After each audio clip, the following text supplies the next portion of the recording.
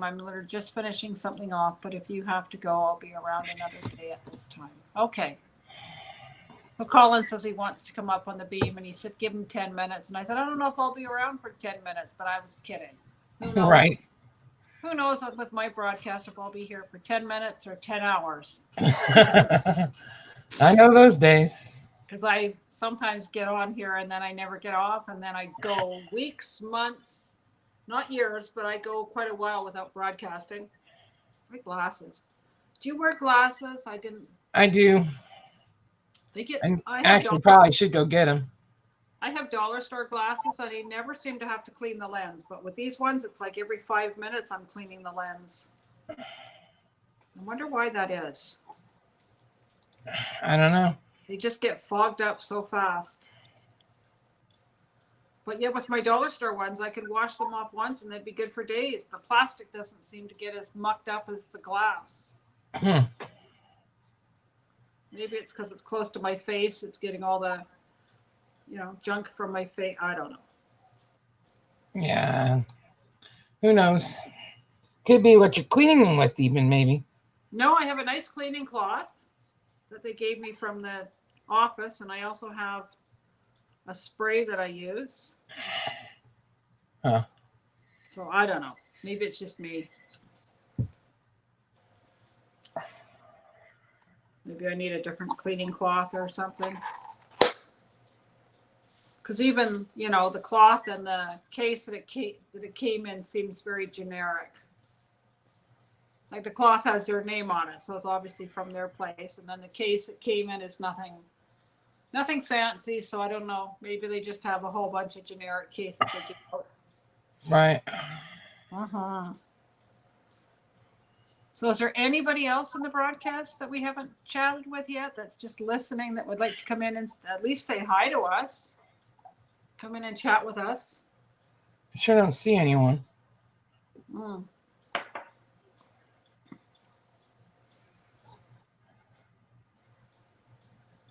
No, it's quiet. It is. I don't even know if anybody's awake in the house yet. I should check and see if Don's awake yet, or if he's hiding upstairs. I'm pretty sure he's not hiding. He's probably still in bed. My dogs are both behind me asleep.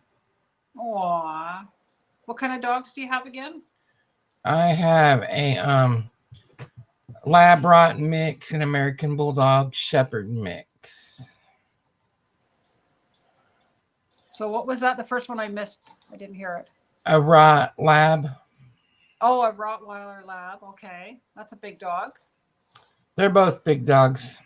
And the other one is what? He is, or she is a Shepherd American Bulldog mix. Oh, okay. And they get along good? Yes, they're like the old married couple. Oh, Tina's live herself now. She said she had to get going, but she's live on Haps. Huh. Oh, well, that's her prerogative. Right. Oh, I'm going to have to get out of this chair. I'm going to be asleep. Yeah, I should go to bed soon, too. I'm just going to wait for Colin to come up, chat with us, and then I think I'll come off. And he's about a minute away. So I'll be shutting it down pretty soon, and then I can let my tablet charge up, and I can go sleep for a few hours.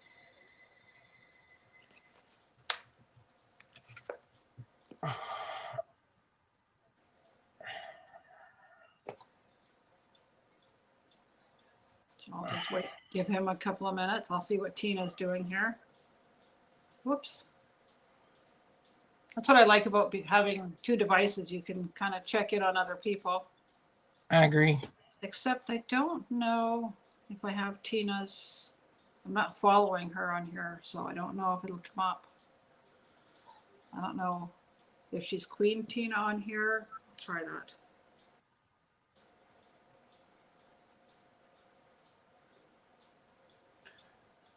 Yep. I thought I had Facebook turned off, but I'm broadcasting live on Facebook. Are you? Yeah. Okay, let me have a look at that. Okay. Well, now it's telling me to log in. Oh, no, that's on Facebook. Sorry. I was thinking Periscope. Yeah. Okay.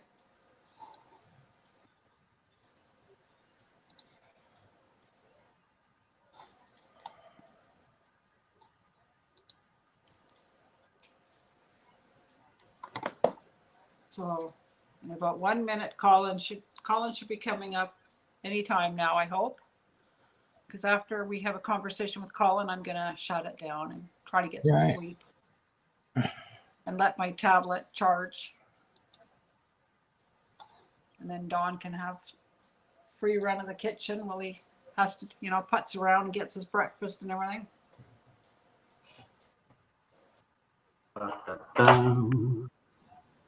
Good morning. Good afternoon.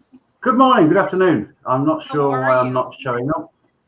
Nice to have you on my broadcast. Am I in? Because I can't see where I am. I see you. Well, that's good then, because I can't see myself. But yeah, it's a pleasure to meet you. You're here. I see you. Bless you. Let's see. You're wearing a black shirt or something. Oh, I got it. We're down on the right-hand side there. This is, I did a couple of test lives just to sort the audio out. So this is the first time I've actually come in to actually chat to somebody. Nice. So, pleased to meet you. Thank you very much.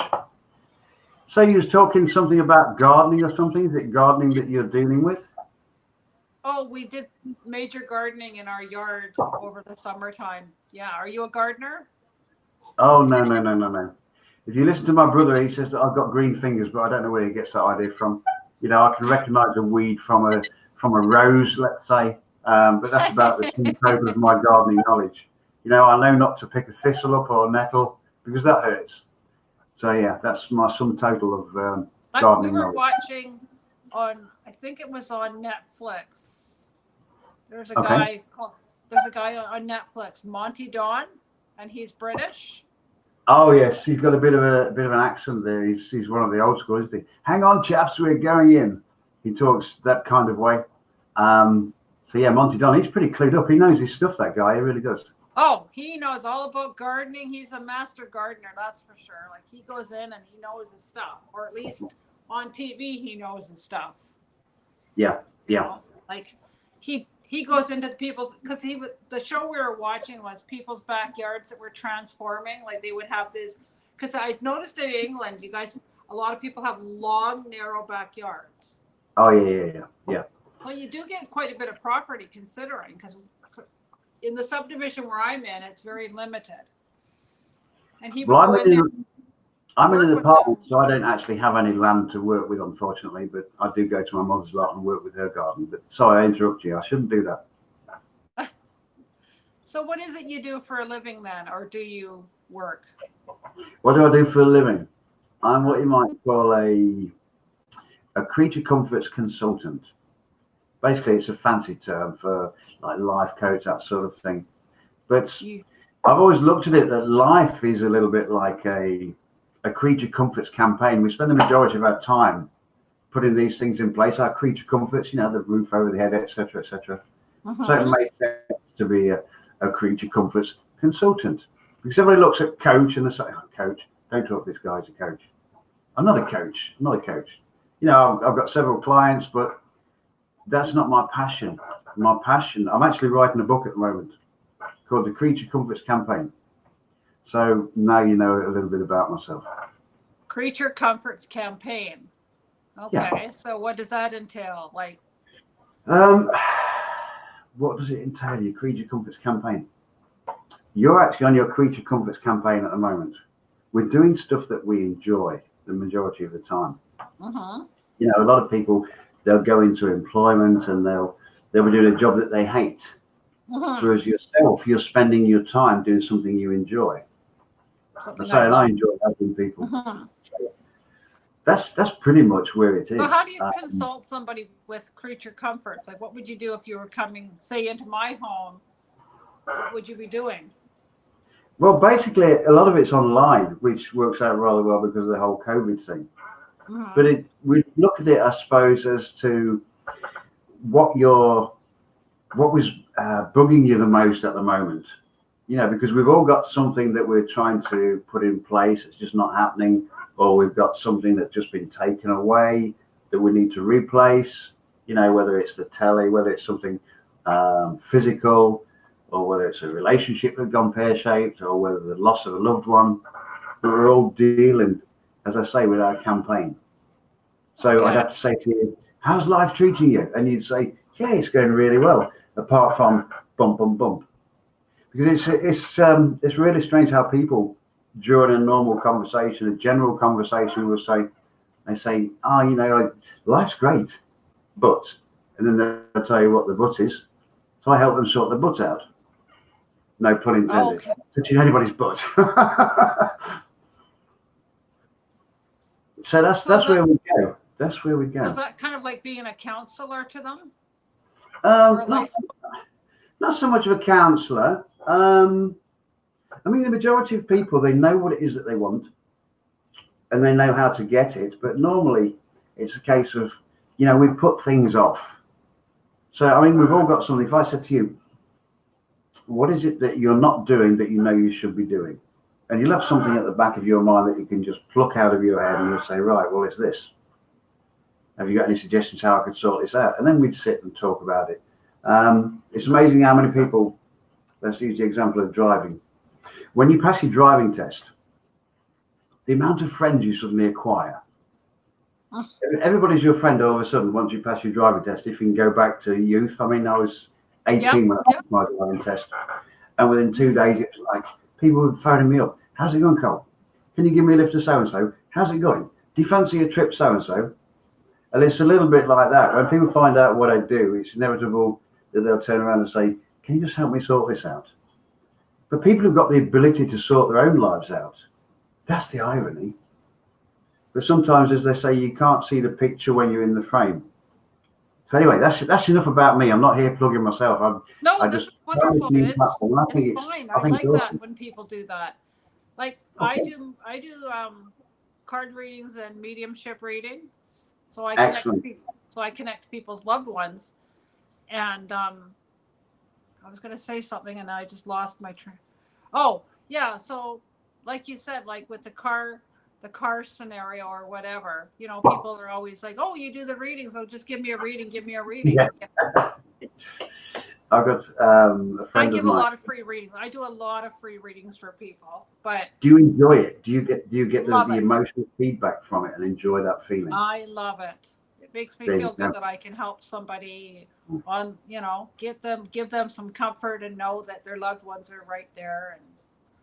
And I'm very passionate about what I do. I love it. I like it. I like it, the fact that you're doing something that's helping other people.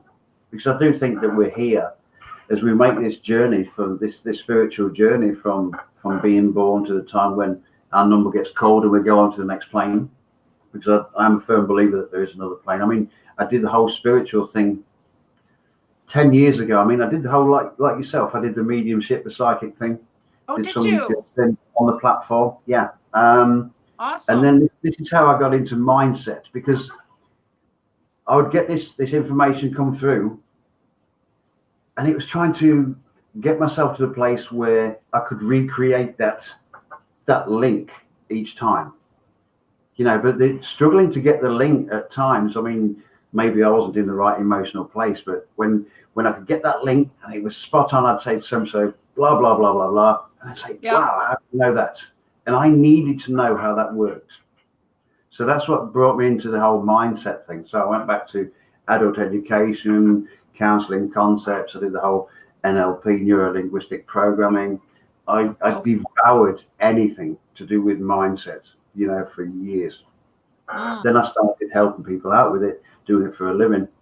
But I think we're all here. We've all got something that we can help the next person with. Absolutely. And I love it that you're doing the cards and giving people that emotional feedback, that sense that somebody out there is thinking of them. Absolutely love it.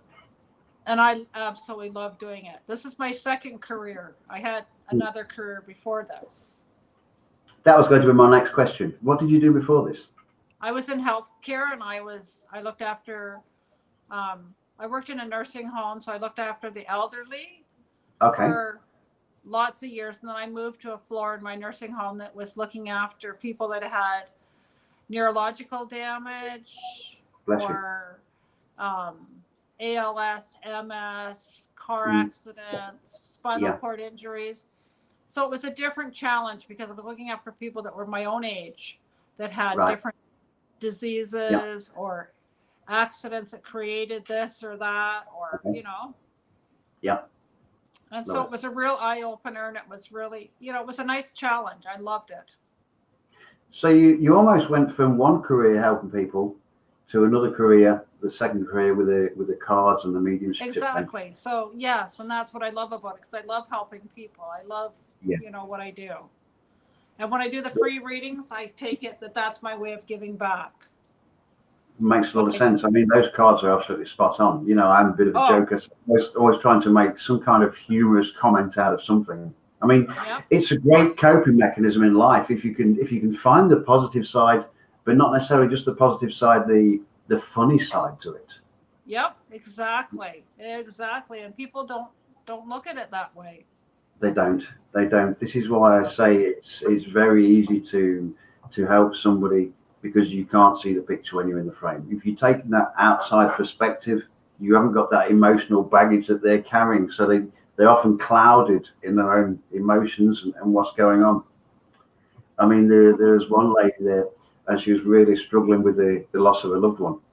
And as I say, we are on this Creature Comforts campaign to tie this sort of in a little bit, to give you a little bit more of an insight. So we spend most of our time putting things in place, maintaining them, the roof over the head, you know, the food in your belly, the nice comfortable bed. And when we're not doing that, we're doing one of two other things. We're either trying to attain something new and improve our standard of living, improve our levels of comfort, or the second thing we're doing, we're dealing with the loss of something or someone.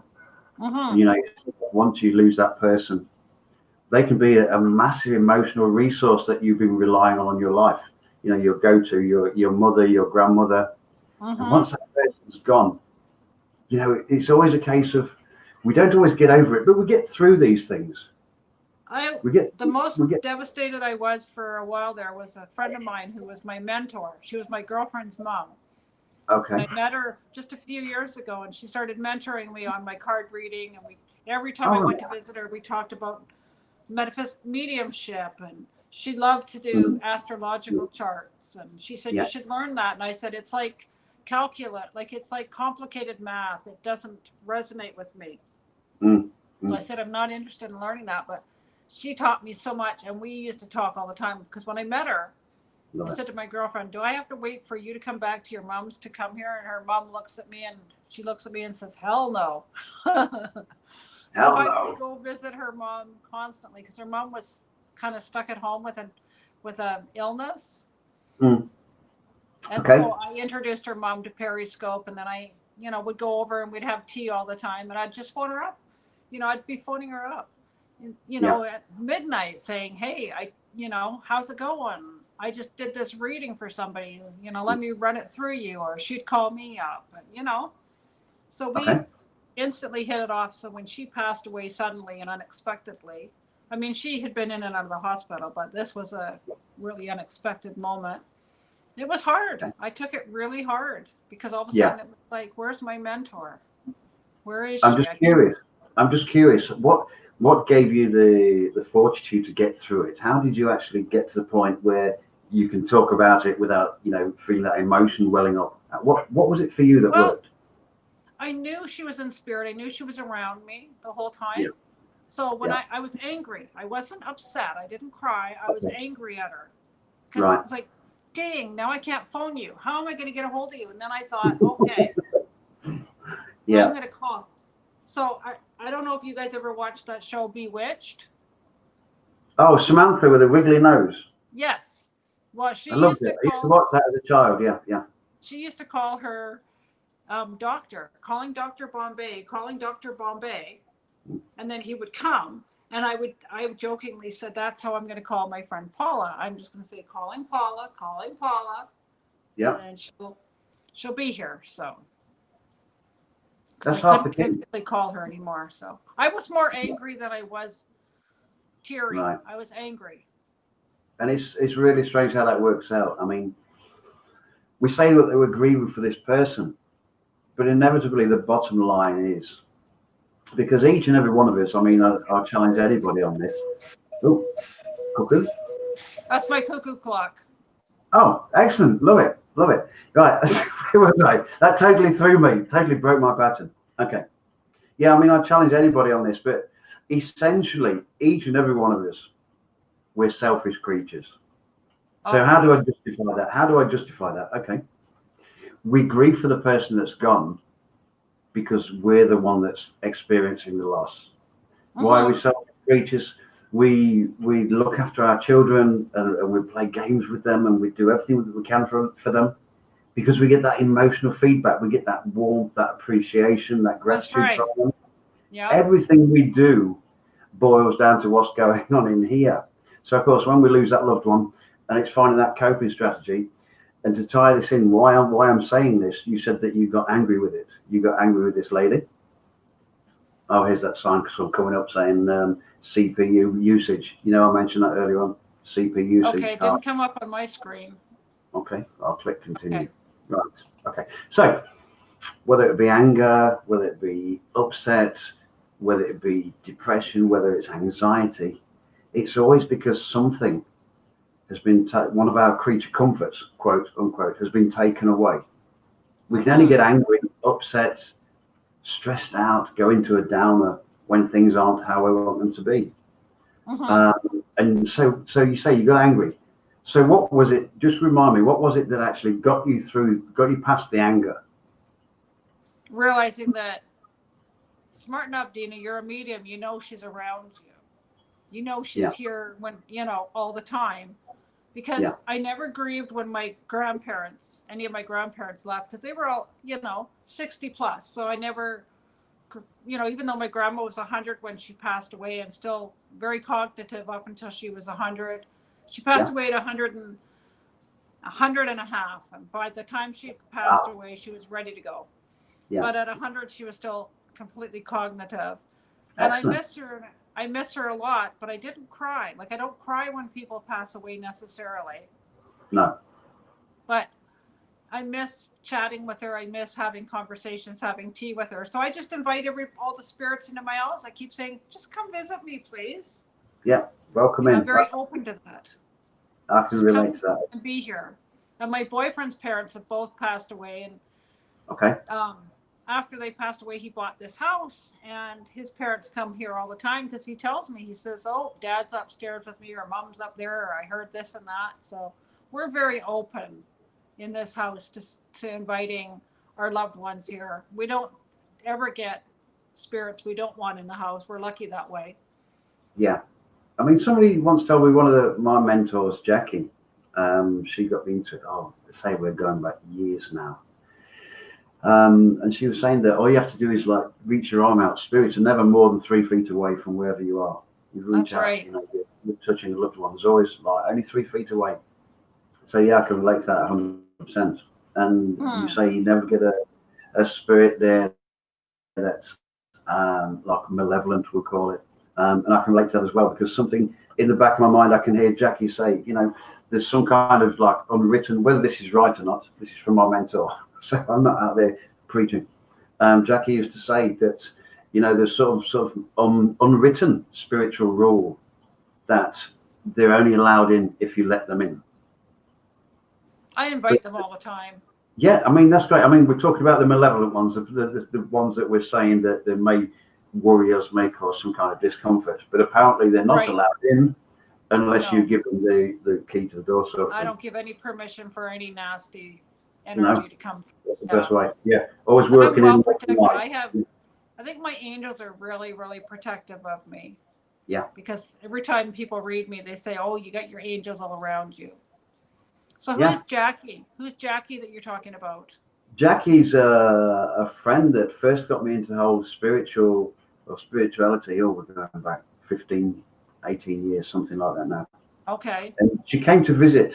I mean, I was still married at the time. She came to visit. She was a friend of my wife's, and she came in, and we sat down and started talking about this spirituality. I mean, at first I was like, no, because my parents, they'd experienced the whole religious aspects of things. My mum, she was a Methodist, and my dad was Church of England. Yeah. So I'd had that sort of upbringing, that little bit of knowledge that gets planted in there as a child. So I'm saying, no, I remember Mum saying that it tells you in the Bible, dead people know nothing, they can't communicate, etc. So I'm saying, spiritualism, no, don't I know, it's no good. It's, Well, that doesn't make sense though. When Jesus can communicate to us and he's dead, or on the other side. Oh, yeah. So how come God and Jesus can communicate, but your loved ones, Yeah, I understand that completely. But I mean, we're back to cultural conditioning at its finest. You have these ideas programmed in there and passed down from generation to generation. Organized religion creates all kinds of conflict. Oh, yes. Without a doubt. That's why I don't do organized religion, because there's too much conflict in it and too much control. Like certain churches will say they don't believe in this, or certain churches don't believe in that. And it's like, I just want to live my life to the best I can. Yeah. But I read something recently that really got to me was, when a person is sitting in church, okay, like say you're a fisherman, say you're an avid fisherman, and you're sitting in church and all you're thinking about is, I can't wait to get in that boat and go fishing this afternoon when this church service is over. Yeah. Yet the guy that's not at church, but he's in his boat out on the water, he's sitting there thinking about God while he's on the water. Oh, yeah.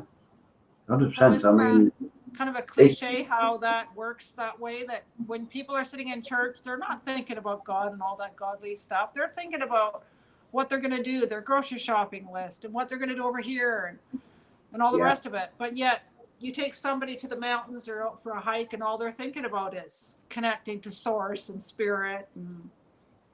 Yeah, and there's that social obligation, isn't there? If you're a member of one church or another, you've got to be there on the Sunday. If you're not there, you get spoken about, oh, so-and-so wasn't here last week, or he wasn't here, he was off fishing or whatever. But as you say, when you're at the most relaxed, that's when you can commune with God, with spirit, whatever label you want to put on this. You don't need to go to a building. And it's like graveyards. I mean, my wife, she got in the garden, she's got a little place that she uses to go and pay homage to her son, rather than have to go to the graveside each time. Wherever you are, if you're focusing on that person, that loved one that's passed on, you can get something back from that. You can experience that sense of peacefulness from that. So you haven't got to go to a specific building or a specific churchyard or whatever. No. So yes, I agree 100%. Love it. You make so much sense. I'm so glad I stopped in here. Well, I'm so glad you came in here, Colin. It's nice chatting to you. Yes, bless you.